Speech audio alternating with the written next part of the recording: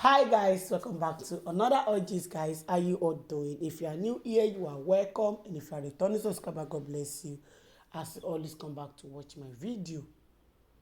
My people, today video na about Toyin Abraham and her husband will be Kolawole Ajeyemi. My people, my people wonder shall never end, no be small thing.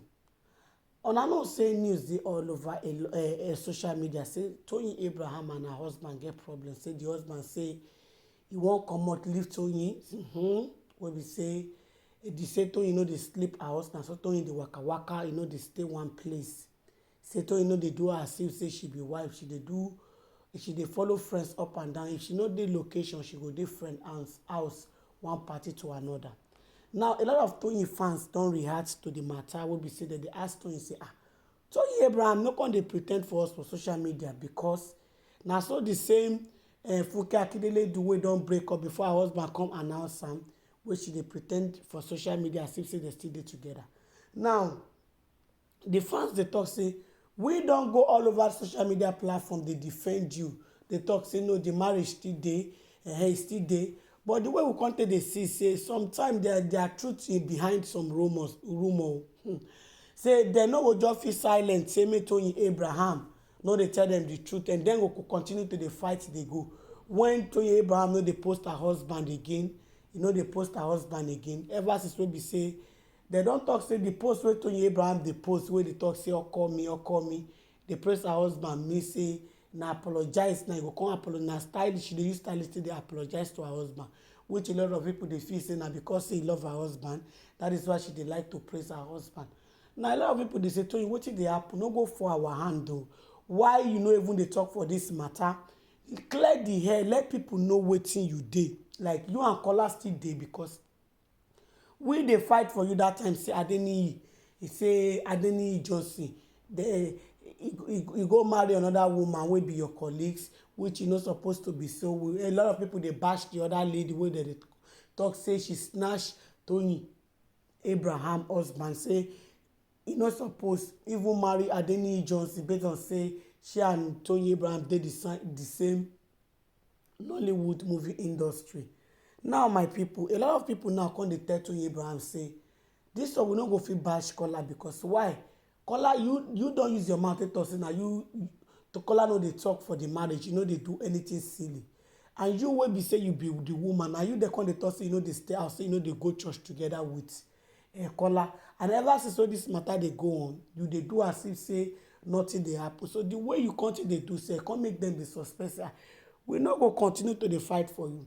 So the fans come ask Toyin Abraham about the matter. They ask am say, Toyin Abraham, you still dey with your husband? Abi you just dey fake? Abi your husband don pack comot and leave you for house because of this character? Because the husband talk say she no go fit continue, say e don tey wey Toyin Abraham dey do ever since wey dem born Ere. Toyin Abraham no dey stay house, na house girl dey take care of child. And at the end of the day, even if Toyin Abraham go work, if he come back, he suppose dey house today, give attention to him and his son. And no be say Kolawole Ajeyemi sef no dey work, e dey work.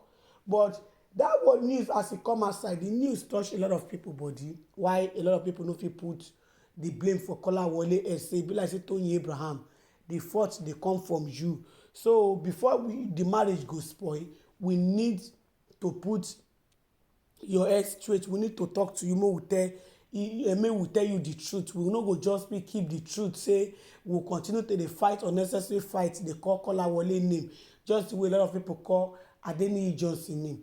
Now as the fan, I go just cook my mind just with wetin the right wetin dey ask Toyin Abraham, before Toyin Abraham come reply dem say he come reply dem because many people say Toyin Abraham dey pre ten d.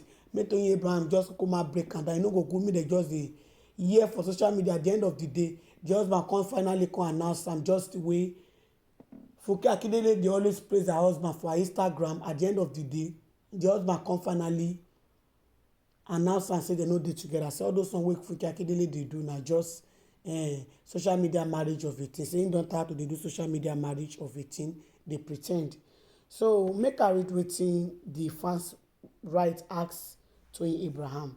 He say, I hear that you are having issues in your family. I was so sad because I really love you and I did not want anything to happen to you. Which is the fans they ask Toyin Abraham make it just set everything straight. So they ask Toyin Abraham, you dey get issue for your marriage? Now Toyin Abraham come reply dem say, please stop. I am not having any issues in my marriage. Una don hear? She say Toyin Abraham reply the fan say, please stop. I am not having any issues in my marriage. Now Toyin Abraham tweet am for Twitter say she no get any issue for her marriage. Say make dem stop. All those her fans make dem stop to dey ask the yeye question. But the truth of it be say the fans now dey hear the news for social media.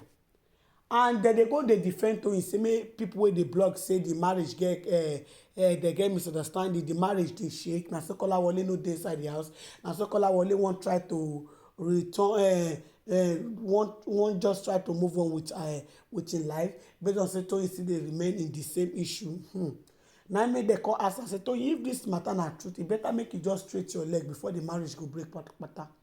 Because you don born put for inside this marriage and e no go good wey we be your fans go continue to dey defend you all the every time, just the way we do for Adeniyi Johnson. So this one na you tell us say Kola na very nice person, e no dey talk, na quiet person, e no dey make problem. Many people believe you, and because of your words many people dey follow Kolawole, and also people don know Kolawole very well because the way dem know Kolawole now no be dem take know Kolawole then.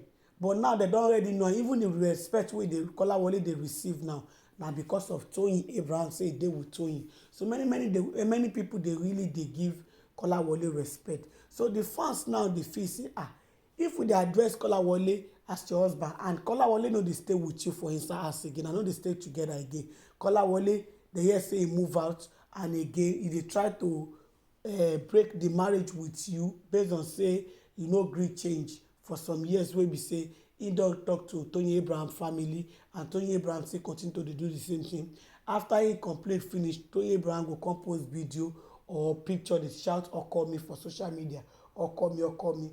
Una know say these celebrities wey be say dem dey nowadays, if dem break up with their husband and news dey go, dem dey come do wetin dem come dey do some damages control for social media. Make their fans no know, make their fans just dey put their fans in a dark way where the fans go feel say their own role model still dey inside the marriage. Dem no go know say dem don comot until the husband come announce am. Who go even know say Funke Akindele and her husband no dey, especially when Funke Akindele Father's Day, Funke Akindele still celebrate this JJC wey be her husband. They call am Baba Ibeji, dey praise am, even post some of JJC other children. And at the end of the day, now JJC now can't even see comment say thanks darling, not knowing that they pick JJC call for back, not knowing that he and JJC no even want to sit down with JJC to talk about the marriage, whether the marriage go continue abi they go make dem just still break up. But for social media, e dey deceive people, dey let them dey know say she and JJ still dey inside the marriage, say all those one wey blog dey carry na just rumor, say e no be truth. So this Toyin Abraham news e don dey come out for long say Kolawole no dey inside that house, and Toyin Abraham say no gree post Kolawole for im social media platform for her Instagram anymore. She just dey on her own lane, but she dey pretend say she and Kola still dey together, say nothing dey happen. Even if dem still dey together, the family of Toyin sef no go let Kolawole and Toyin Abraham break up. Yes, that one na 100% for now.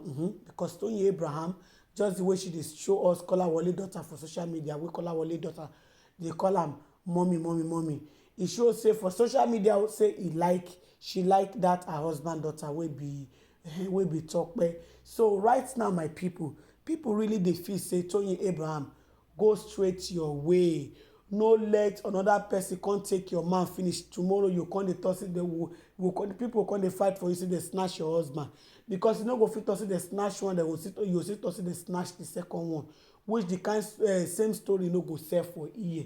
That is why people dey want Toyin, say because Toyin dey talk say make people stop, say she no get any issue. Even Toyin manager come debunk am say dem no get any issue. Why people dey keep the talk say na lie, say Toyin get issue with her husband, say her husband no dey with am again. Alright, so my people, as I come across this Toyin Abraham news, now I talk say make I carry am come here, make I come share am with una. Alright, my people, make una let me know wetin una think for the comment section, and if una never subscribe, make una subscribe so that una no go miss any latest gist wey I dey upload. Una bye bye till I come on our next time. Bye guys, catch my next video. Bye guys.